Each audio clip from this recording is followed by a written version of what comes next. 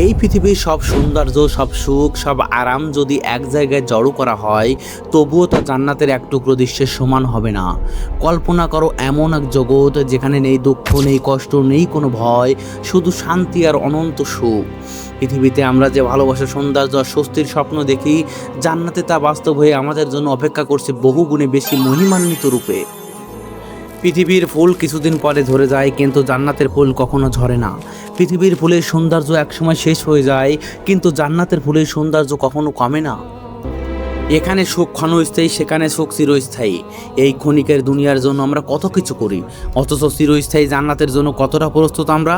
আল কোরআনের পথের আজকের আয়োজনে আমরা কোনো সাধারণ গল্প শুনবো না, বরং কোরআন ও সহিহ হাদিসের আলোকে পৃথিবীর এই ধোঁকাপূর্ণ বাস্তবতার সাথে তুলনা করব সেই অনন্ত অসীম জগতের, যার নাম জান্নাত। আজ আমরা জানবো জান্নাত বনাম পৃথিবী, পার্থক্যটা আসলে ঠিক কতটা। দুনিয়ার বুকে একটি বাড়ি বানাতে মানুষের জীবনের অর্ধেক সময়ও ঘাম ঝরে যায়। সেই ইটের গাঁথুনিতে মিশে থাকে মানুষের শত শত নির্ঘুম রাত আর হাড় ভাঙা খাটুনি। কিন্তু এত কিছুর পরও সেই প্রসাদে একদিন ফাটল ধরে, রং ফ্যাকাশে হয়ে যায়, কিংবা মৃত্যুর পর সেই বাড়ি অন্যের দখলে চলে যায়। এবার একবার চোখ বন্ধ করে জান্নাতের সেই প্রসাদের কথা কল্পনা করুন। জান্নাতের প্রসাদগুলো কোনো মাটি, বালি বা সিমেন্ট দিয়ে তৈরি নয়। তার একটি ইট হলো খাঁটি সোনা দিয়ে বাঁধানো, তো আরেকটি ইট হলো ঝলমলে রূপার। দুই ইটের মাঝখানে যে কাঁথুনি দেওয়া হয়েছে তা দুনিয়ার কোনো কাদা নয়, বরং তা হলো তীব্র সুগন্ধিযুক্ত মিশক বা কস্তুরী। আপনি কি সেই মাটির কথা ভাবতে পারেন যে মাটিতে হাঁটলে ধুলো ওড়ে না? জান্নাতের মাটি হলো সুগন্ধি জাফরানের, আর সেখানে পথে প্রান্তরে যে পাথরগুলো ছড়িয়ে ছিটিয়ে থাকবে তা সাধারণ কোনো পাথর নয়, সেগুলো হলো মহামূল্যবান মণিমুক্তা আর রুবি পাথর। পৃথিবীর বুকে যে রত্ন পাওয়ার জন্য মানুষ একে অপরের প্রাণ কেড়ে নেয়, জান্নাতে সেই রত্নগুলো মুমিনদের পায়ের নিচে বিছানো থাকবে।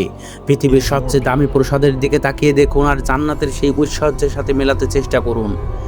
এক মুহূর্তের জন্য কি মনে হয় যে এই পৃথিবীর জন্য অনন্তকালের সেই জান্নাতকে হারানো কোনো বুদ্ধিমানের কাজ? আমরা পৃথিবীর নদীগুলোর রূপ দেখে মুগ্ধ হই, কিন্তু এই নদীগুলো বর্ষায় ধ্বংস ডেকে আনে আর গ্রীষ্মে শুকিয়ে খা খা করে।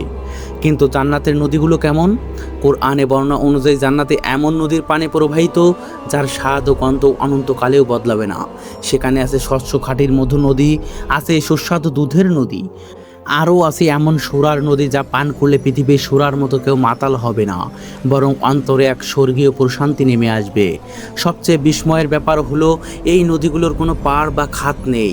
এগুলো কোনো গর্তের ভেতর দিয়ে নয়, বরং জান্নাতের সমতলের উপর দিয়ে জাদুকরীভাবে বয়ে চলবে। এই নদীগুলোর তীরে বসে যখন জান্নাতীরা বিশ্রাম নিবে, তখন তাদের মাথার উপর ছায়া দেবে জান্নাতের বিশাল সব গাছ।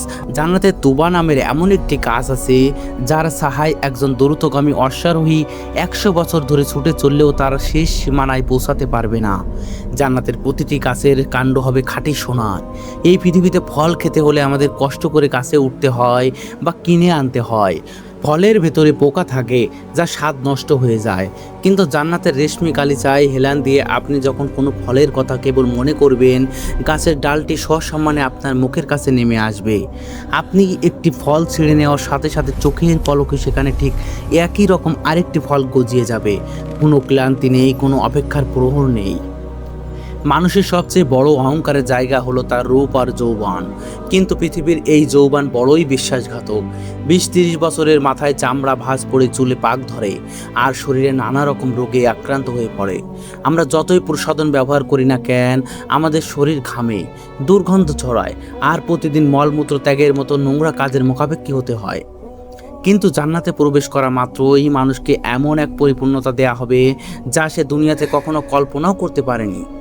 জান্নাতে প্রতিটি মানুষ 33 বছরের চিরসবুজ যুবক ও যুবতী হয়ে প্রবেশ করবে। কোটি কোটি বছর পার হয়ে যাবে, কিন্তু তাদের বয়স 33 থেকে 34 হবে না। তাদের চেহারায় কোনো বার্ধক্যের ছাপ পড়বে না। জান্নাতে কোনো রোগ নেই, শোক নেই, কোনো হাসপাতাল বা ওষুধের প্রয়োজন নেই। সেখানে মানুষের কোনো থুতু ফেলার প্রয়োজন হবে না, নাক ঝাড়ার দরকার হবে না। তারা জান্নাতে সুস্বাদু সব খাবার গ্রহণ করবে, কিন্তু মলমূত্র ত্যাগের মতো কোনো অপবিত্রতা সেখানে থাকবে না। তাদের খাবার হজম হবে শরীর থেকে নিগত হওয়া এক সুগন্ধি ঢেকুর এবং ঘামের মাধ্যমে, আর সেই ঘামের ঘ্রাণ হবে দুনিয়ার শ্রেষ্ঠ কস্তুরীর চেয়েও সুগন্ধি। জান্নাতীদের পোশাক হবে মিহি রেশমের, যা কখনো পুরনো হবে না বা ছিঁড়ে যাবে না। তাদের মাথায় পরানো হবে মর্যাদার মুকুট, যার একটি মাত্র মুক্তা পুরো দুনিয়াকে আলোকিত করার জন্য যথেষ্ট। পৃথিবীর কোনো রূপ বা যৌবন কি জান্নাতের এই চিরস্থায়ী সৌন্দর্যের সামনে দাঁড়াতে পারে? আমরা এই পৃথিবীর সামান্য এক টুকরো জমির জন্য কত লড়াই করি, অথচ আমরা কি জানি যে ব্যক্তি সবার শেষে জাহান্নামের আযাব ভোগ করে মুক্তি পেয়ে জান্নাতে প্রবেশ করবে, তার রাজত্ব কত বড় হবে? আল্লাহ তাআলা যখন তাকে জান্নাতের যাওয়ার নির্দেশ দেবেন, তখন সে ভাববে জান্নাত হয়তো পূর্ণ হয়ে গেছে, সেখানে তার জন্য আর কোনো জায়গা নেই। সে ফিরে এসে বলবে, হে আমার রব, মানুষ তো তাদের জায়গা দখল করে নিয়েছে।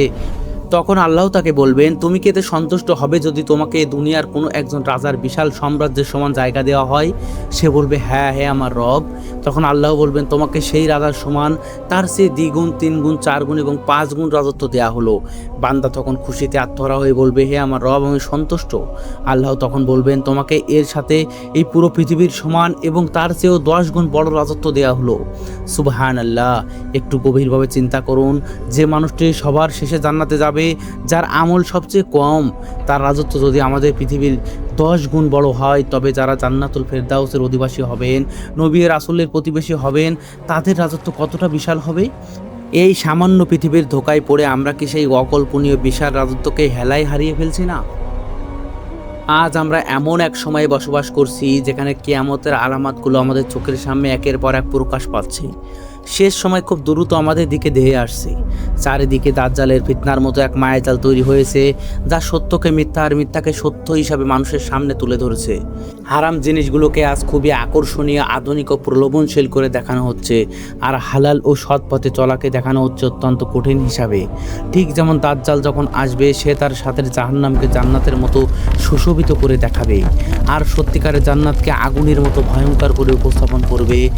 এই ফিতনার যুগে ঈমান ধরে রাখাটা যেন হাতের মুঠোয় জ্বলন্ত কয়লা চেপে ধরার চেয়েও কঠিন হয়ে দাঁড়িয়েছে। কিন্তু স্মরণ করুন নবীদের শিক্ষা, তারা আমাদের শিখিয়েছেন, পরীক্ষা যত কঠিন হয়, আল্লাহর সাহায্য তত নিকটবর্তী হয়। চরম বিপদের মুখে দাঁড়িয়ে ঈমান ও ধৈর্য নিয়ে স্থির থাকাই হলো জান্নাতের টিকিট।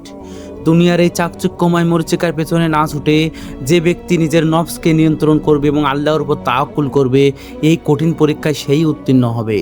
জান্নাতে এমন সব মর্যাদা তাদের জন্য অপেক্ষা করছে, যা কোনোদিন কোনো চোখ দেখেনি, কোনো কান শোনেনি এবং কোনো মানুষের হৃদয়েও তা কল্পনা করতে পারেনি। দুনিয়ার সবচেয়ে বড় কষ্টের নাম হলো বিচ্ছেদ। প্রিয়জনকে হারানোর ব্যথা মানুষের ভেতরটাকে কুরে কুরে খায়। কিন্তু জান্নাতের একটি অন্যতম শ্রেষ্ঠ সৌন্দর্য হলো পূর্ণ মিলন। সেখানে মুমিনরা তাদের সেই পিতামাতা, স্ত্রী, সন্তান ও প্রিয় স্বজনদের ফিরে পাবে, যাদের তারা কবরের অন্ধকার মাটিতে রেখে এসেছিল। জান্নাতে যখন তারা একে অপরের মুখোমুখি হবে, তখন তাদের অন্তর থেকে দুনিয়ার সমস্ত রাগ, ক্ষোভ, হিংসা ও বিদ্বেষ চিরতরে মুছে ফেলে দেওয়া হবে। তাদের অন্তর হবে স্ফটিকের মতো পরিষ্কার। জান্নাতের প্রতি শুক্রবারে একটি বিশেষ বাজার বসবে। সেখানে কেনাবেচার কোনো কোলাহল থাকবে না, বরং সেটি হবে জান্নাতীদের মিলনের এক উৎসব। তখন উত্তরের এক স্নিগ্ধ মন মাতানো বাতাস প্রবাহিত হবে, যা তাদের চেহারা ও পোশাকের উপর দিয়ে বয়ে গিয়ে তাদের রূপ ও লাবণ্যকে বহুগুণে বাড়িয়ে দেবে। তারা যখন তাদের প্রসাদে ফিরে যাবে, তখন তাদের সঙ্গিনীরা বিস্ময়ের সাথে বলবে, আল্লাহর কসম, আমাদের ছেড়ে যাওয়ার পর আপনাদের সৌন্দর্য উজ্জ্বলতা তো অনেক বেড়ে গেছে।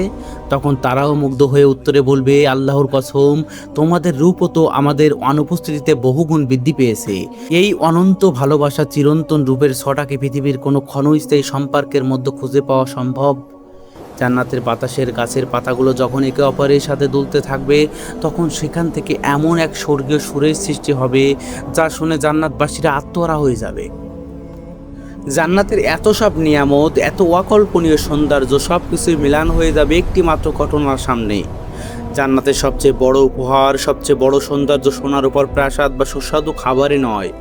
জান্নাতের চূড়ান্ত সৌন্দর্য হলো আল্লাহ তাআলাকে নিজের চোখে দেখা।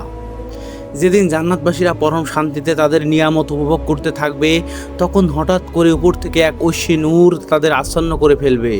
আল্লাহ তাআলা তাদের জিজ্ঞেস করবেন, হে আমার জান্নাতের অধিবাসীরা, তোমরা কি সন্তুষ্ট? তারা অনেক আবেগী হয়ে বলবে, হে আমাদের রব, আপনি আমাদের এমন সব নিয়ামত দিয়েছেন যা সৃষ্টির কাউকে দেননি, আমরা কেন সন্তুষ্ট হব না? তখন আল্লাহ বলবেন, আমি কি তোমাদের এর চেয়েও উত্তম কিছু দেব না? তারা অবাক হয়ে বলবে, এর চেয়েও উত্তম আর কি হতে পারে? তখন পর্দা সরিয়ে দেওয়া হবে, জান্নাতবাসীরা সরাসরি তাদের রবের অপরূপ চেহারার দিকে তাকিয়ে থাকবে। আল্লাহর দিকে তাকিয়ে থাকার সাথে যে অসীম প্রশান্তি ও অকল্পনীয় তৃপ্তি, তার কাছে জান্নাতের বাকি সব সুখ একেবারে তুচ্ছ মনে হবে। তারা রবের দিদারের এমনভাবে মুগ্ধ হয়ে যাবে যে জান্নাতের আর কোনো নিয়ামতের দিকে তাদের চোখ যাবে না। সুবহানাল্লাহ। এই একটি মাত্র মুহূর্তের জন্য হলেও কি আমরা এই দুনিয়ার সমস্ত কষ্ট, সমস্ত ত্যাগ হাসি মুখে মেনে নেওয়া উচিত নয়? এই পৃথিবীর সামান্য কয়েকটি দিনের জন্য, সুখের জন্য আমরা কত কিছুই না করি, অথচ বিচার দিবসে একটি ঘটনা আমাদের সমস্ত দৃষ্টিভঙ্গি পাল্টে দেওয়ার জন্যই যথেষ্ট। দুনিয়াতে যে লোকটি সবচেয়ে বিলাসবহুল জীবনযাপন করেছিল কিন্তু আল্লাহর হুকুম অমান্য করেছিল, তাকে জাহান্নামের আগুনে মাত্র 1 সেকেন্ডের জন্য ডুবিয়ে তোলা হবে। তারপর তাকে জিজ্ঞেস করা হবে, এ আদম সন্তান, তুমি কি তোমার দুনিয়ার জীবনে কখনো কোনো সুখ দেখেছিলে, কখনো শান্তিতে ছিলে? সে আতঙ্কে ভয়ে কাঁপতে কাঁপতে বলবে, না হে আমার রব, আপনার কসম, আমি জীবনে কোনো সুখের মুখ দেখিনি। জাহান্নামের 1 সেকেন্ডের স্পর্শ তার দুনিয়ার 70-80 বছরের সমস্ত সুখের স্মৃতি পুড়িয়ে ছাই করে দেবে। অন্যদিকে সেই লোকটির কথা ভাবুন, যে পৃথিবীতে সবচেয়ে বেশি কষ্ট পেয়েছিল, রোগ, শোক, ক্ষুধা আর দারিদ্র্য যা পিষে মেরেছিল, কিন্তু সে আল্লাহর উপর ঈমান রেখে ধৈর্য ধারণ করেছিল। তাকে জান্নাতে মাত্র 1 মুহূর্তের জন্য প্রবেশ করিয়ে বের করে আনা হবে। তারপর তাকে জিজ্ঞেস করা হবে, হে আমার বান্দা, তুমি কি দুনিয়াতে আর কোনো দুঃখ কষ্ট দেখেছিলে? সে খুশিতে আত্মহারা হয়ে বলবে, হে আমার রব, আপনার ইজ্জতের কসম, আমি আমার জীবনে কখনো কোনো দুঃখ, কোনো কষ্ট বা বিপদের মুখ দেখিনি। জান্নাতের 1 সেকেন্ডের স্পর্শ তার জীবনের সমস্ত যন্ত্রণা স্মৃতি চিরতরে মুছে দেবে। একবার ভাবুন যে জান্নাতের মাত্র 1 সেকেন্ডের পরশ দুনিয়ার সব কষ্ট ভুলিয়ে দেয়, সেই জান্নাতে অনন্তকাল থাকার অনুভূতি কেমন হবে? আজ আমরা কোন গন্তব্যের দিকে ছুটছি? এই ক্ষণস্থায়ী ধোঁকায় ভরা পৃথিবীর মোহে পড়ে আমরা কি আমাদের আসল ঠিকানা ভুলে যাইনি? আমরা কি ভুলে যাইনি যে আমাদের এই পৃথিবী থাকার জায়গা নয়, এটি কেবল একটি পরীক্ষা কেন্দ্র? যে কোনো মুহূর্তে, যে কোনো দিন মৃত্যুর ফেরেশতা আমাদের সামনে এসে দাঁড়াতে পারে। তখন আর তওবা করার কোনো সুযোগ থাকবে না, একটি সিজদা দেওয়ার সময় দেওয়া হবে না। যা করার এই দুনিয়ার বুকেই করতে হবে। আসুন আজ এই মুহূর্তে আমরা সেই রবের দিকে ফিরে যাই, যিনি আমাদের ক্ষমা করার জন্য, আমাদের জান্নাতের উত্তরাধিকারী বানানোর জন্য অধীর আগ্রহে অপেক্ষা করছেন। চোখের পানি ফেলে একবার ক্ষমা চেয়ে দেখুন, তার রহমতের দরজা কতটা বিশাল। জীবনের এই ছোট্ট যাত্রায় জান্নাতের অনন্ত সুখের আশায় আমরা যেন আমাদের ঈমানকে আঁকড়ে ধরে রাখতে পারি। আল্লাহ আমাদের সেই তৌফিক দান করুন। আল কোরআনের পথের আজকের এই বার্তাটি যদি আপনার হৃদয়কে একটু হলেও নাড়া দিয়ে থাকে, তবে নিজের জীবনের হিসাবটা আজই মিলিয়ে নিন, কারণ ভিডিও শেষ হয়ে গেলেও আপনার আমল নামার হিসাব কিন্তু চলতেই থাকবে। আল কোরআনের পথের সাথে থাকার জন্য জাযাকাল্লাহু খাইরান। আল্লাহ আমাদের সবাইকে জান্নাতুল ফেরদাউসের মেহমান হিসেবে কবুল করে নিন, আমিন। আল কোরআনের পথ, সত্যের সন্ধানে জান্নাতের পথে।